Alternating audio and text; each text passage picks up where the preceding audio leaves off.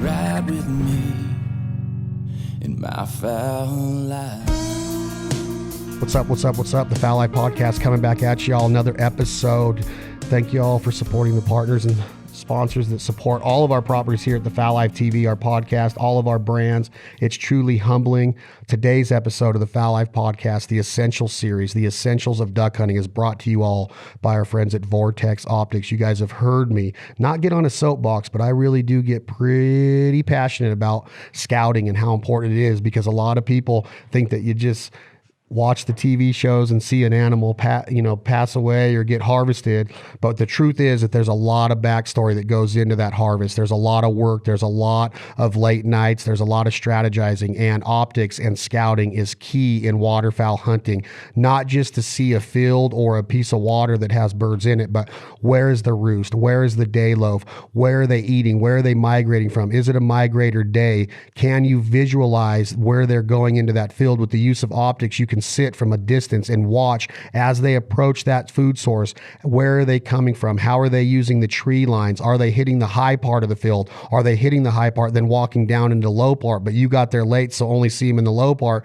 So you go in there the next day, set up your decoys and blinds in the low part, and they come over there to come back into that field. They totally ignore you because they know that they would never land down there. They would land up high, but you missed that because you didn't have your binoculars at the right time the day before. So all of that goes into execution and success and consistency and success and results in the field. And that's what we are talking about when we talk about a partner like Vortex Optics. They allow us the ability not only to have awesome optics, but spotting scopes on tripods, window mounts, and rangefinders to say, how far is that tree line from the fence? How far is that fence from where we want to set up? Everything looks different in the dark. So get your marbles legit the day before. Get them all in order. Line your marbles up and have that marble game ready to play. It's a negotiation with those ducks and geese, and you are trying to let them be as comfortable as possible to come to a spot that they already were coming to anyway because you scouted them to the day before. So if you mess it up, it's on you as the American duck hunter, the Canadian duck hunter, goose hunter, waterfowler. So again, today's episode of the Foul Eye Podcast is brought to you by our friends at Vortex Optics, and my guest today is the man at Vortex, product guru, Mark Boardman. Thank you for being here, buddy. How are you? I'm good, man. I'm good. I appreciate the two kind words there, but I'll take them. Are you not a product guru? I'm.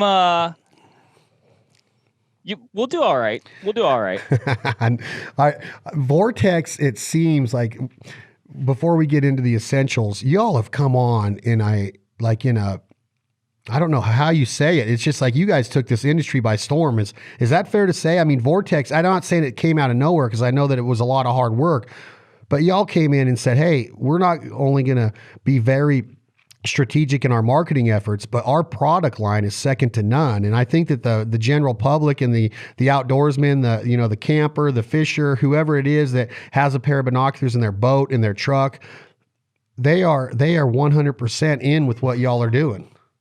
So, yeah, I mean, in the last probably, 10 years, like you'd see like kind of that exponential growth curve, right? And so I think for a lot of folks, from the outside in, it's like, oh my gosh, dude, poof, here they are. It's on the radar, and they came out of nowhere.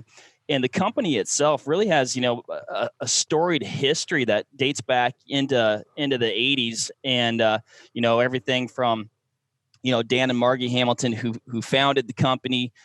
Dan was in the military, got out, became a dentist, and decided didn't want to be a dentist. So they purchased a Wild Birds Unlimited franchise, right? So they're actually in that birding industry. Realized real quick that they optics were an intrinsic part of that birding world. You need quality optics, and birders are actually and I'd consider I think we're all kind of a birder in some capacity, right? If you're into waterfowl or hunting turkeys or upland game, but birders are actually super, super finicky when it comes to optics. I mean, they're looking at feather detail and just so many details to ID those things. So anyway, they recognized that, began selling optics. Dan started a brand of optics for the entire Wild Birds Limited franchise, and then he and his sons kind of wanted to create something outside of that, more geared towards the hunting and tactical market. And Vortex was kind of born out of that experience. Wow. And like I said, here we are today. So wow, that is like ties it all in so strong with what we're doing, because truly we're just glorified bird watchers, man. Oh yeah. We work with Audubon Society. We work with different conservation agencies that, you see. Let's just take California, for example. You have the Butte Sink. You have all these beautiful duck clubs. Well, within those duck clubs, there's a lot of other birds that visit them. So you have all these towers, these viewing towers that waterfowlers will strategize with and capitalize with those towers as a scouting effort, right? They'll get up on top. They got a better vantage point. They can see, a lot further distances, and these bird watchers will come in there when it's not duck season, and they'll have the opportunity to get their long lens cameras out. They'll get their binoculars out, their Vortex, all their optics, and that's all a duck hunter is. I mean, for most of the duck hunting, you're just sitting there watching birds. The harvesting isn't the big part of it. It's not the long part of the hunt, right? That's the quick part of the hunt. They come in. There's a lot of birds you see during the day that you really don't even have a chance to call at or work your decoy spread. So you're a glorified bird watcher. So I think that's awesome that the history of Vortex is tied into what we do on a daily basis. Of, you guys are so tied in with the big game market now, and the big game hunter and the sheep hunter and the elk hunter and everything like that. But it's cool to hear that the story has a little bit of a history and a background of what we do and watching birds. And oh yeah, no, there's definitely awesome. some feather flair to that history. Are you a bird watcher? When I hunt, yeah. Do you like to duck hunt? Man, I love to, and I've, my hunting, I guess, background, I've lived, a pretty big game centric life. That's probably been my primary focus.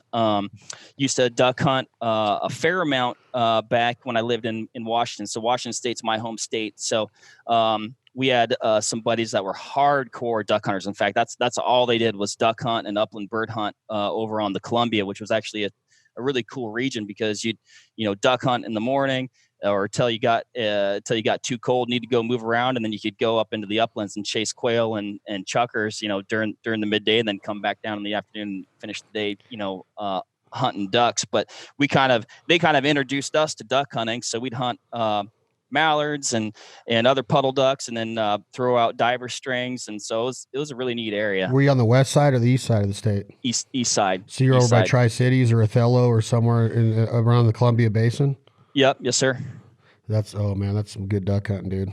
It was good stuff, man. It's so strong. Fun. It's so strong. So as an optics guy, would you consider yourself an optics geek like most duck hunters are gear geeks like we are? We're collecting all year long and we want the best. We don't cut corners. Are you a geek when it comes to optics on a personal level, to where your passion is kind of just now your lifestyle and your revenue stream of being employed at Vortex? So, I mean, I'd say, yeah, for sure. Right. I mean, I think you're immersed in essentially this optics world, right? We live, it's definitely our entire culture revolves around, optics and hunting and shooting and the outdoors. Right. And so you just kind of eat, sleep, breathe it every single day. And, once you realize the power of optics and the role they can play in all these different experiences, and how truly paramount they are to a success, I guess, quotation marks, however you want to define that, right? But right. We're talking about. I know some guys that when they waterfowl hunt, they don't even carry a pair of binoculars with them. I'm like, dude, are you out of your mind? Like, I think optics to me now, like, I don't like to go outside without them. Well, I mean, I was going to ask you, as far as like when I meet people, like, for example, I have one guy that's a huge big game hunter. He's in the Hall of Fame for Boone and Crockett. He loves the duck hunt. He finds out that we were offered a deal from Vortex, and he loves Vortex. He goes, what in the hell are they doing with you guys? And I'm like, what do you mean? Okay, now you got to keep in mind, this guy's 79 years old, but he knows what the heck's going on. He knows how to hunt, but he hunts at a place to where, he doesn't travel like we do, and his hunting is more geared around kind of the same location. Not saying he doesn't use optics, but he could not believe that we even had the the confidence, I guess, to go approach an optics company and say, hey, this is what we do, because our story is, it doesn't unfold with any success without optics. And the other thing is that you just see America, you see the world through optics in such a finer way, in a more detailed way, giving you a better idea of what is really out there. And we have picked up on so many hunting strategies that come with the use of optics that don't have anything to do with actually knowing that, where the birds are landing, and as far as that part of the scout goes. We've learned so much of watching birds of prey, watching eagles. What does that mean to roost? What does that mean to day loafs? How are ducks acting when they're on a day loaf? Are they acting as if they are going to come back to this loaf after the evening feed, or are they going to go back to the big water based on what they're doing today? Are they comfortable in this day loaf? Is it a bigger day loaf to where they might not get messed with a bird, or it doesn't have a chance to freeze tonight? So we're always reading like the body language and the posturing of these birds, and getting more in depth or more ingrained in the way they live, and living in the duck's life or the goose's life. And I would tell anybody, just like what you just said, Mark, is if you don't have a good pair of optics in your truck at all times, in your boat at all times. And now, and I didn't come up with this, because when I'm in the blind, I'm active, man. I'm kind of leading the hunt. I got the film crews there. I've got a dog, a handler there with one of our trainers, like from Brad Arrington from Mossy Pond. We have guests, we have outdoor riders, we have the decoy spread to get out. We got a lot of stuff to manage the hunt. Then I'm talking to the camera a bunch. So my whole deal is like, I'm not the guy that ever brought binoculars into the blind, but now, since I've been doing this a lot, there's so many people that do, and they're watching the birds come off the roost. They're watching the activity. They're seeing if they come off the roost and the wind changes on us, which direction do they go? We try to figure that out. The thing about waterfowl hunting that is so awesome is that you'll never figure them out. You think you have them, and then they just destroy your confidence. They'll just go, oh yeah, really? All right. Like, you have no shot of getting us. We've been seeing this stuff all the way down the flyways. We're going to change it up on you today, and we're going to do this. You do get them. And when you do, it's glorious. But when you don't, it's a learning experience. So optics play such a vital role in that learning experience, as well as the scout. So I'm always telling duck hunters, get a pair of Vortex.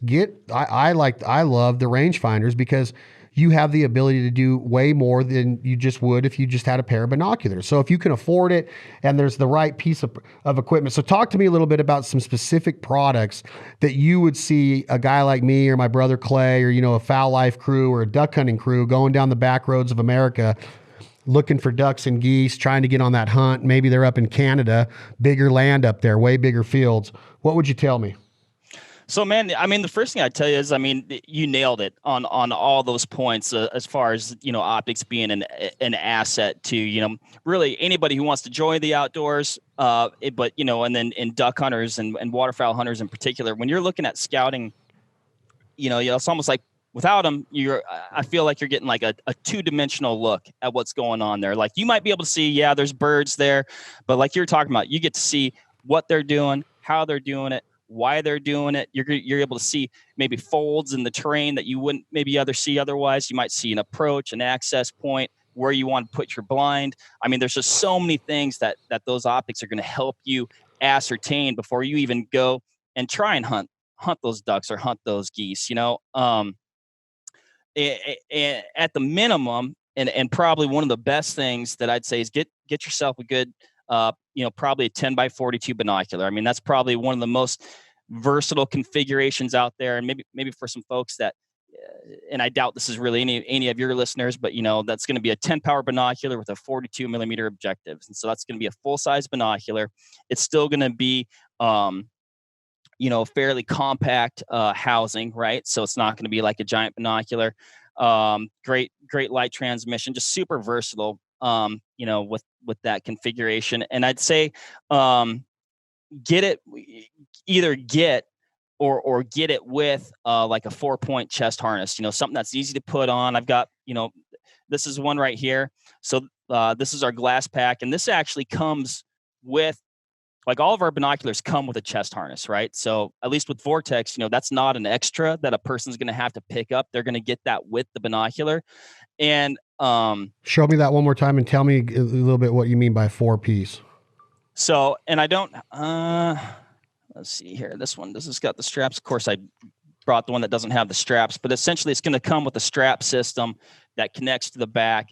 You put that over your body, connect it around here, and those binos are going to sit fully housed, fully protected right on your chest right there, right?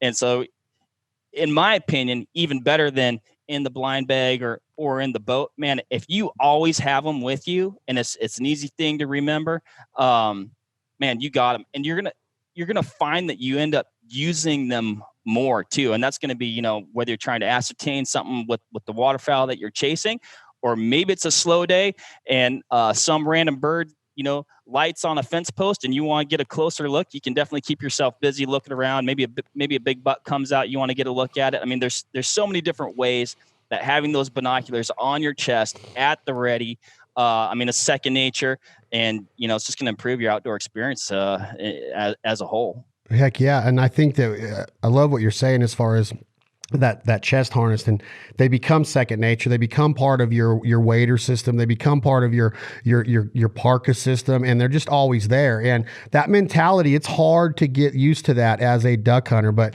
the more you have that 4-piece chest harness on there, you get used to it. And the mentality of it is like tradition, and duck hunters are very hard-headed and set in their ways, and they're very traditionalized as far as like, well, I don't know if I'm going to, go and do it this way because I was brought up doing it this way for so long. And I would say that probably happens in a lot of hunting scenarios. But I also think that there's a lot of content out there that can teach people and educate them how to get better. And I think that education and tips and tactics and instruction is the number one thing that people that are getting into this lifestyle are seeking out, because we talk about it a lot with Safari Club or California Waterfowl or any of the conservation agencies that Vortex is involved in, with Rocky Mountain Elk and Mule Deer Foundation and Wild Sheep Foundation and FNAWS. Mentorship is everything, Mark. So we take it for granted a lot, and I've said it a lot of times that we grew up in a hunting family. We were in the hills at a year old, like not even barely a year old. We have pictures of us in the mountains of chasing chukar birds and mule deer and antelope. So we take it for granted that happens everywhere. Well, it doesn't. And that's why not a lot of our population hunts. And we nowhere to think that our whole population will ever hunt. That wouldn't work either. But I'd say, 10% of Americans hunt with, 300 million people in this country. That might even be a little high. So mentorship is everything. We don't have any idea how many young kids out there, women, men, guys that are in their 30s or 40s that didn't have an uncle or a dad that hunted, that they were never, you just take them one time and educate them and show them the gun safety, the respect and the compassion for the resource and the birds. Tips and tactics on optics and how to use a Vortex rifle scope and a spotting scope and binoculars and a rangefinder and the new eyepieces that you guys are launching right now, and why that is very beneficial to a duck hunter or to a big game hunter as far as comfort level and being able to stay in your glass for longer. Because as a hunter, I was always tested in my binoculars and my optics by my dad or my brothers because of my so-called ADD, ADHD, patience level. I am still to this day learning patience, right? Like I'm in my 40s now, and patience is my number one drawback and my number one thing that I want to continue to get better at. And I continue to get better. Optics and big game hunting and waterfowl hunting and success depend on time spent in the glass, because glassing does not just mean putting the binoculars up to your face and then going real fast across the landscape and thinking you're going to see everything. There are so many instances where you have your spotting scope, and I've seen my brothers do it because they're very good at it. Before my dad passed, he was amazing at it. You would just see the flicker of a mule deer's ear, and then all of a sudden you're like, oh wow, that's not a tree branch. That's a 185-inch mule deer. Wow, that's an 84-inch pronghorn antelope. Man, did you see that coyote? His ears just flickered. Look at that bobcat right there. Like, did you? No, but if you stay in them, and you got to stay in them, and you got to keep them on the same spot for several minutes. If you do that on a flock of geese or a flock of ducks from your truck and you just stay there, you're going to learn what these birds do. Why does a flag work in a goose hunt? Well, look at what they're doing with their wings out there. Why does movement and waddling work with some kind of motion decoys for a goose hunt? Well, look at how they're just waddling around looking for the next pea or the next peanut to pick up and eat or the next kernel of corn.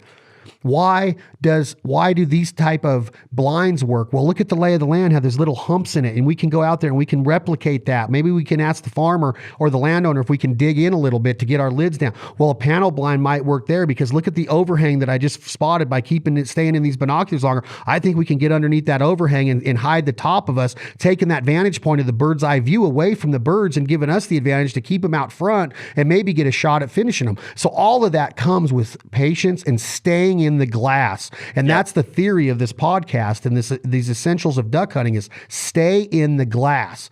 Don't get out of your lane. If you're a good hunter, stick with what you know, but keep learning, but don't get out of the glass. And that applies to binoculars as well. Stay in your lane, stay focused, and don't think that you're just going to go out there in October, put out your decoys, kill a bunch of birds, and then do that same thing in January, because it's a totally different bird and a totally different, aura and ideology of late season hunting as it is in the early season.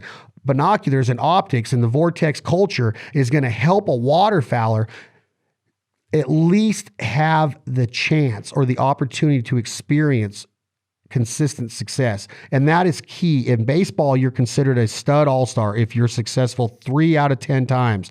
3 out of 10. You know how hard that makes that game? That's a hard-ass game if you're a stud at 3 out of 10 times. In waterfowl hunting, in hunting, it's the same thing. We fail way more than we succeed in hunting, and it's got to be our mindset that keeps us strong and our ability to latch on to something like staying in the glass and making scouting just as important as the kill. If you learn something and be a sponge and take it away in the scout, then if you fail during the hunt, you didn't necessarily fail because you took something out of that scout that you're going to apply for many seasons to come, and then you're going to start to see snowball effect, momentum, and consistent success. And if you're not getting that, then you got to start changing your tactics. You got to start learning better. And maybe scouting is the thing that you're missing out because you're not scouting the right way. There is a right way to scout with communication. I know that it's a lot of steering wheel time and dashboard time, but it's communication and networking, boots on the ground, having multiple people out there, because you're never going to see it all if it's just you. But if it is just you got to have the advantage with a good pair of optics. Is that fair to say, Mark? Oh man, dude, you nailed it. You nailed it. I mean, the scouting and the observation, and it really is applicable to really, all hunting, right? But I mean, that is your window into their world. You're able to watch all their different behaviors, what they're doing, what they're feeding on, where they're going, why they're going there, and kind of put all these puzzle pieces together. So then when you want to go hunt, you can hopefully have a good hunt, and you get to do those things from a distance where you're not having an impact on their behavior, right? Like you're not having to get close to that roost, or you're not having to get close to that field to watch these things unfold. And you really get to watch them in their natural element. And, that's what you want to do, right? You want to watch them do their thing so you know what they're going to do. So where you can put yourself in that position to intercept them when they're doing their thing. Yeah, and that's exactly right. And the other part of it is the culture. And that is why it's important to me to let people know in our realm and what we do in waterfowl hunting and our voice, we want to support brands that understand where we come from as a waterfowl hunter, because we are just as important as a deer hunter, a sheep hunter, anybody. We're all hunters and we're all in the same lifestyle together. And when you have a company and a brand and a culture like Vortex that consistently shows the world, look, we're with the duck hunter. We're with the fowl life. We are with the guys that are at Bandit and everything that they're doing and what they see and what they think of what's going on in the outdoors. We're on board with that platform. And that's what makes it easier for me to tell somebody, dude, you got to support Vortex. Yeah, we're a partner of theirs, but look at how good the quality is. Look at this thing, how well it's made. Look at the results you're going to get. Go take it out and tell me what and everybody that touches them or puts them up to their eyes are like, wow, that's a nice glass. And then the culture comes in. They support us. They support conservation. They support the duck hunter. They're not just out there going, "Hey, we're only about the safari guy in Africa, in the stone sheep hunter in the Northwest Territories, and the Dall sheep hunter, and the desert sheep hunter in Nevada, and the Rocky Mountain sheep hunter, and the elk hunter." We're supporting everybody because predator hunters, turkey hunters, duck hunters, goose hunters. If you should have a pair of binoculars, if you're a chucker hunter and you don't have a pair of binoculars in your truck, then you're really not a chucker hunter going after partridge in the mountains and the rim rocks in the western United States. Because if you don't have it to look up there and maybe see a big mule deer that you might go put in for a tag later on that you might not have seen if you didn't have your binoculars, if you go into that area and you see a road to where you don't have the ability to take a pair of good binoculars and vortexes and look up there and see where it goes, is there no trespassing sign up there? Are we wasting our time? All of that goes into everything. You don't just get out of your truck and walk up a mountain and hope that you see chucker. There's hours of preparation and skill set that goes into that, and scouting is key and optics are key. And then you work with a company like Vortex that supports the culture of the American duck hunter, the American wing shooter, then it just makes sense. If you're going to go and become a better hunter and scouting is a part of those essentials, then go get Vortex because they're in 100%. And that means everything to us. And I honestly think that a big part of it to capitalize on this conversation is when you feel better and you look better, you perform better. When I dress the way that I want to dress as a duck hunter, and I have my banded breathable waders on, and I have a jacket on that was made for me, that has the right pockets, it has the right waterproofing, it has the right windproofing, it fits good, it's comfortable, it's not bulky, it's not real heavy, mixed with my breathable waders that have no neoprene bulk to them, and they're breathing and they're letting the perspiration come out. And then I got my nice hat on and I got my Oakley, and I'm not name dropping, I'm just saying, if I feel like I'm going to succeed, I got a way better chance of succeeding. And when I have my vortexes on me, I feel like a hunter. I feel like a gatherer. I feel like a provider, period. I'm a great provider because I'm with Vortex, and they make me have the confidence to go out and be successful and to keep learning. And that's the key to it. Keep learning. And a company like Vortex is going to help the industry and the hunting community keep learning because they're always putting out great content. They're always working with the best in the business, whether it's speakers or writers or events or TV shows, conservation agencies. You guys got it going on. And that's what I wanted to get across today, of how important Vortex is to not just your success in the field, but our success as an industry and a hunting community. No, man, no. I mean, we appreciate that for sure. And we appreciate all the support and all the stuff that you guys are doing as far as like promoting waterfowl hunting and hunting in general. And you're talking about that mentorship earlier and getting new people into the sport and exposing them to really a world that they might not have otherwise known existed, right? And it just takes that one time, right? That one time, like they get to see that and they go, whoa. Now I'm getting chills right now. But see that's what it does. That's what it does. Now I get it, right? It's good. It's good that you admitted that, because that's what it does to the duck hunter. And you're talking about, we're talking about optics and really, it's not just binoculars, right? Really an entire suite of optics is going to improve that overall experience. It's going to make you a better hunter. I know I work for Vortex, so I'm going to sound like an optics salesman here, but I truly, truly believe these things like, get a spotting scope. You're talking about spotting from the truck, man. Get a spotting scope with a window mount. If you're running your stuff from a window mount, I'd probably recommend a straight. Like we have, heck, I got a couple right here. So this is our Razor HD. Oh, look at that. Let me get a shot scope. of that. That's sick. This is a good spotter. This is probably, which one is that? This is the Razor HD. Hold on a second. That's the Razor millimeter. HD? Razor HD 65 millimeter spotter. Man, that's cool looking. Look at that eyepiece on there. No, it's just, and you got a sunshade on here, so you can, okay. Well, and this is an angled version. So if you do get an angled spotter, right, you still can use it from your car window mount. It's got a rotating collar, so you can tighten this up and you can rotate that eyepiece.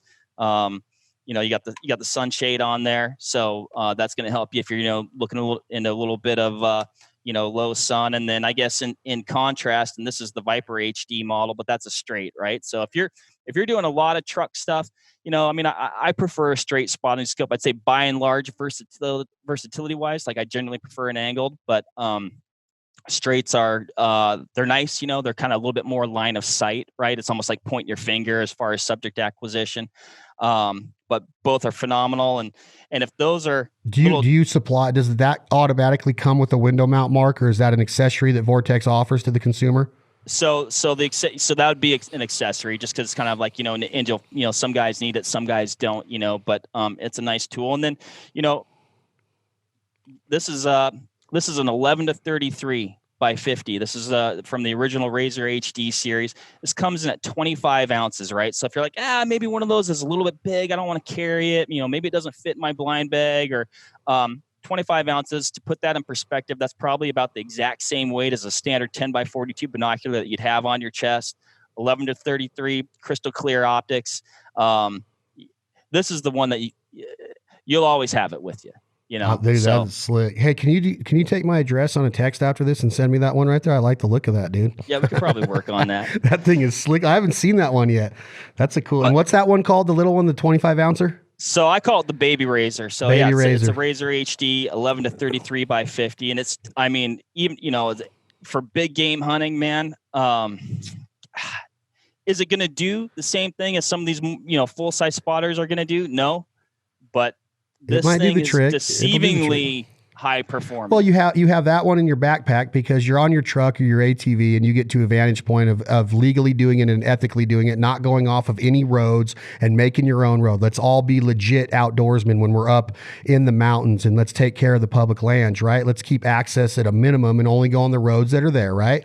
So that's where you use the big one. You got it in your truck, you got it in your window mount, you get out, you set up your tripod and your legs, and you overlook the territory. Now you got that little mini Razor, baby Razor in your backpack and your pack, and you're rolling, because you might get to another spot to where you need a spotting scope. You might not necessarily want to carry the bigger one that's heavier, it's bulkier, it doesn't fit in a backpack as good as that little Razor does. It just makes sense. That deal, that thing right there can go in anywhere from what I've seen. It'll fit in any bag or blind bag, or it's just a great tool to have. And that's, again, Vortex thinking like, hey, this little mini one right here, it will do the job when you need it to do the job, period.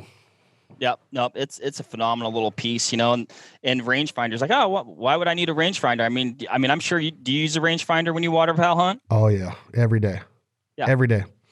Every day. Like, so I want to do this. I want to come back on here. Let's get another podcast where we can come on here. And I think that we will do like a live one on Instagram or something, or get questions beforehand. But I want to come at you with a bunch of questions from our viewers, our customers, potential end consumers, and just talk to them about, these different products, binoculars, spotting scopes, rangefinders, accessories, and now the Vortex apparel line. So everybody out there, check out vortexoptics.com, their new apparel line. Is there a separate website for the apparel, or is it still on vortexoptics.com? It's on the main page, so you should be able to dig it up. It's classy. The hats, the beanies, the shirts, the workout clothing, it's the button-ups. It's classy and it's very practical. So check out the new apparel line by Vortex Optics, all of their different optics that are suited for the American hunter, not just the elk or sheep hunter, deer hunter, us, the duck hunter, the waterfowl hunter, the turkey hunter, the wing shooter. That's what we do, but we need optics. So support vortexoptics.com. Mark Boardman, thank you very much. Any closing words, my brother?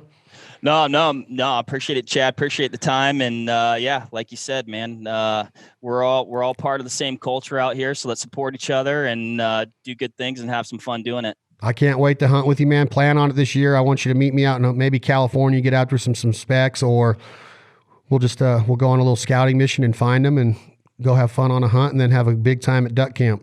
Heck yeah, lock it in. Tell Sawyer, tell the whole crew, we love you guys. Thank you very much for the partnership. We look forward to more great days with Vortex. This has been another episode of the Fowl Life Podcast, brought to you by our friends at Vortex Optics. Check them out at vortexoptics.com. Like I said before, but I'm going to keep saying it. Have your binoculars, your spotting scope, your rangefinder, and scout. Be a legitimate scout and be an asset to every hunt. Leave your mark, leave your stamp on that hunt every day you go into the field. This is the Essential of Duck Hunting series, brought to you by us at the Fowl Life and all of our partners and sponsors. Thank you for supporting everybody that we have in our network.